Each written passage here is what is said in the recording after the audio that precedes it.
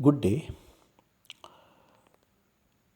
Today is 29th of May 2022. The time is 3:56 a.m.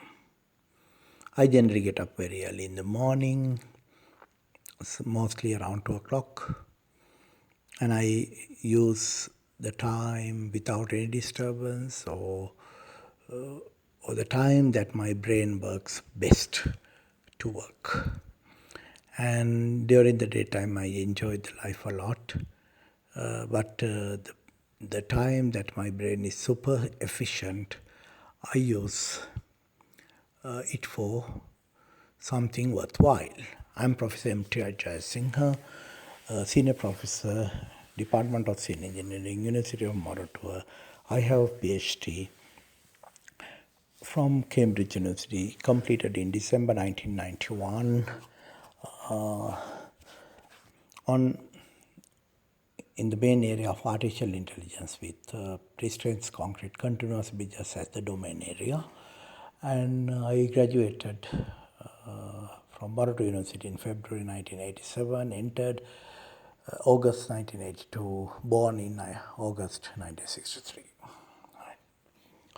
So, people are very concerned today about Sri Lanka.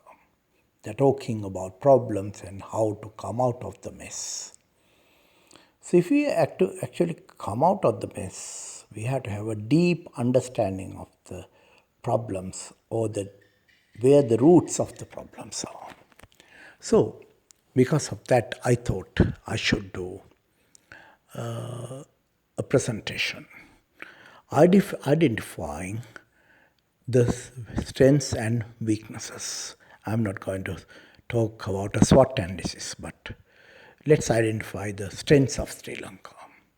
It's true that money has been misused, but Sri Lanka has the finest road network of any Asian country.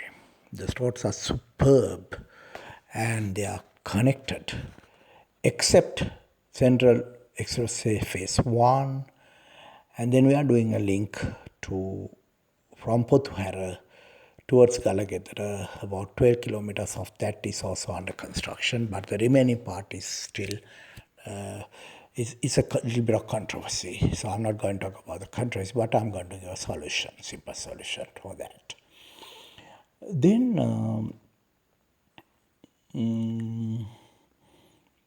so we have superb network. Though the climate has changed a lot, still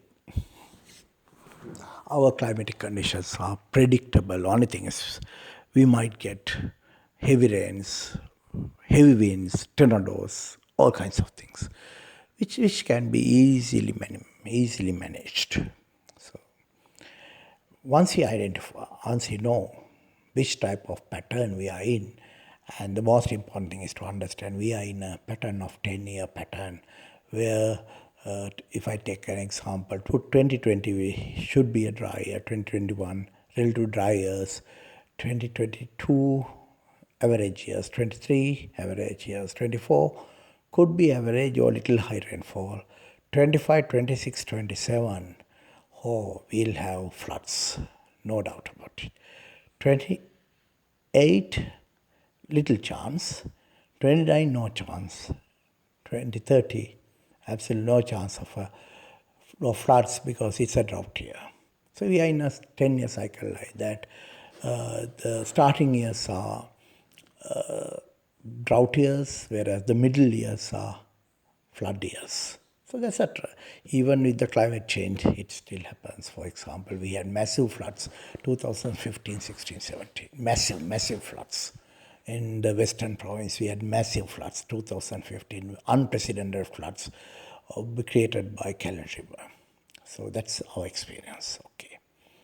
So climate-wise, we are okay, and we have so many reservoirs, so we should be able to manage water. And we have Kaluganga, all kinds of reservoirs, and the data has changed, but the rainfall would not be regular, but it doesn't matter when you have so many reservoirs for storing water. So there's no problem on that front. And then, what are the other problems? So basically, now let's look at the problems. On the other hand, most of our people are living in good houses, and they own it. So that front also, we don't have problems, and we have huge number of vehicles.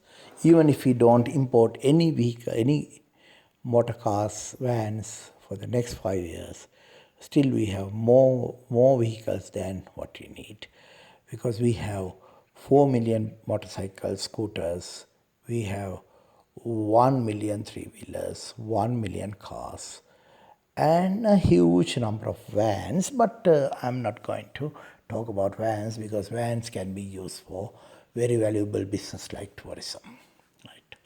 So, and vans are diesel operated, and so our biggest problem is having 6 million petrol vehicles for less than, say, I would say 19 million people. Because although we say our population is 22 million, most of these people are living abroad, and more will live abroad. So I might say 18 million people using 6 million petrol vehicles. That's a huge problem. So what we have to do is, we must establish two petrol prices, and under the regular price, where government does not make any loss, we give certain number of, for every month you get via app, you get certain number of liters, specified number, and then if you want more, you can pump any amount that you want, but you have to pay 300 rupees more per liter, because we cannot be spending all our foreign exchange to import petrol for people to have fun. That is out, totally out. So we have to have a system like that. Petrol is expensive all over the world because of Ukraine war. So because of that, there's no need to have any subsidy. Government must make profit, and also make significant tax from the fuel imported, because fuel is used by the people who can afford to use it. So we must tax the people, rich people who are using more petrol should be taxed by us.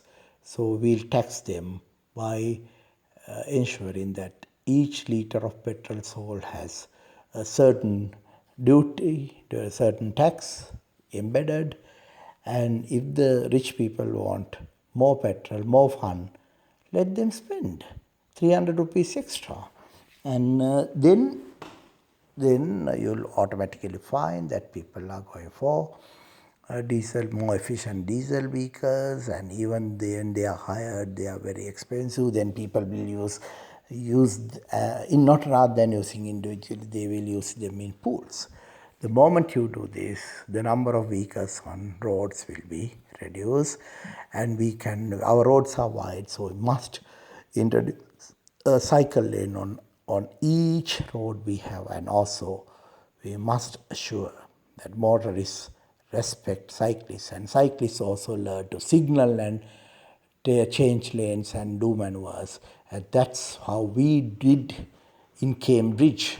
In Cambridge, if a cyclist just raise the hand to do a signal, the motorist will immediately stop and give way to the cyclist.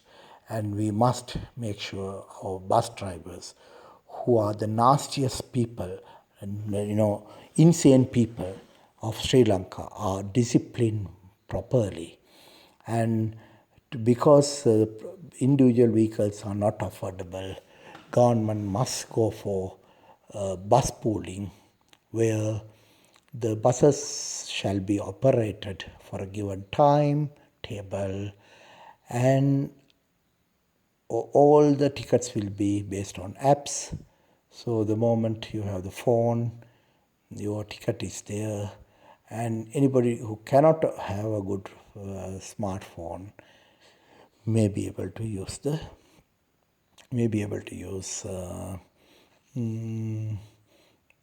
the money, but very minute number will do that. Everybody will get used to have a smartphone if they want to use a bus, and there'll be apps operating the all high-end electronically operated system, where based on the demand, the buses will be the timetables will be adjusted daily. Based on the daily demand records, the bus timetables can be adjusted. So buses will be operated, and there will be few standby buses on a roster basis, so that any bus is not available, an additional bus will come in. Even that bus is not operated, the, even for days that those buses on standby, they will be paid. So basically, all money will be collected, and then the operators are paid based on the kilometer rate, and then the owners will get the money, and they will pay a salary to the conductor and the driver, so that conductors and drivers cannot cheat. Because what happens now is the the person who gets the most of the money is the bus conductor and the driver, not the owner. And this has to be changed. Then we can get the owners to improve the quality of buses and go for better buses. So this system will be needed. In addition to that, we can promote LRT, because LRT is a very, very, very good project funded by Japanese government, because we all know Japanese government projects are super projects because they care for Sri Lanka. They like to, their projects are to create a good image of Japan wants to create a good image about them, because the image was tarnished during the Second World War. So Japanese projects are very good projects. They are super projects. They are come with very good financial terms. So no harm in getting a Japanese project like LRT, which has already been designed, land acquired, and everything is ready, until it was suddenly cancelled. So we must get it off the ground, get it moving very fast, so that will kickstart our construction industry. And then we also, so we have to look at the transportation sector, and then agricultural sector. Yesterday I did one presentation where I dealt sufficient with the agricultural sector. And then we have a huge problem of what are we going to do with these three-wheeler drivers who are going to lose their jobs? It's very simple. I mean, in Australia, they have technical and further education. They call it TAFE. And we can say in Sri Lanka, we can say technical skill and further education. Technical skill, TSFE, TSFE project. Technical skills and further education. So we can have these colleges. We have so many engineers who are capable of teaching the technology. But we have to make sure we do a quantum change in the way we define them. We will not have masons train, we'll have builders train. We'll not have carpenters train, we'll have fabricators train, and the fabricators will be able to deal with the aluminum fabrication and timber fabrications. And we'll have plumbers, electricians, chef, cook, hairdressers, everything trained, and we'll encourage them to engage in two jobs. That is, one is their three-wheeler driver job in the evening, peak hours where the business is thriving, and they will work as plumbers, electricians, fabricators, builders during the daytime where the business is slow. So that way we can make sure very easily we can, sort out the skill development problem, the unemployment problem, and many with skills will start, and NVQ qualifications, they will start migrating. Some will migrate, some will go abroad for jobs. Whatever they do, they will bring forex to Sri Lanka, and we can solve this problem very, very, very easily. Thank you.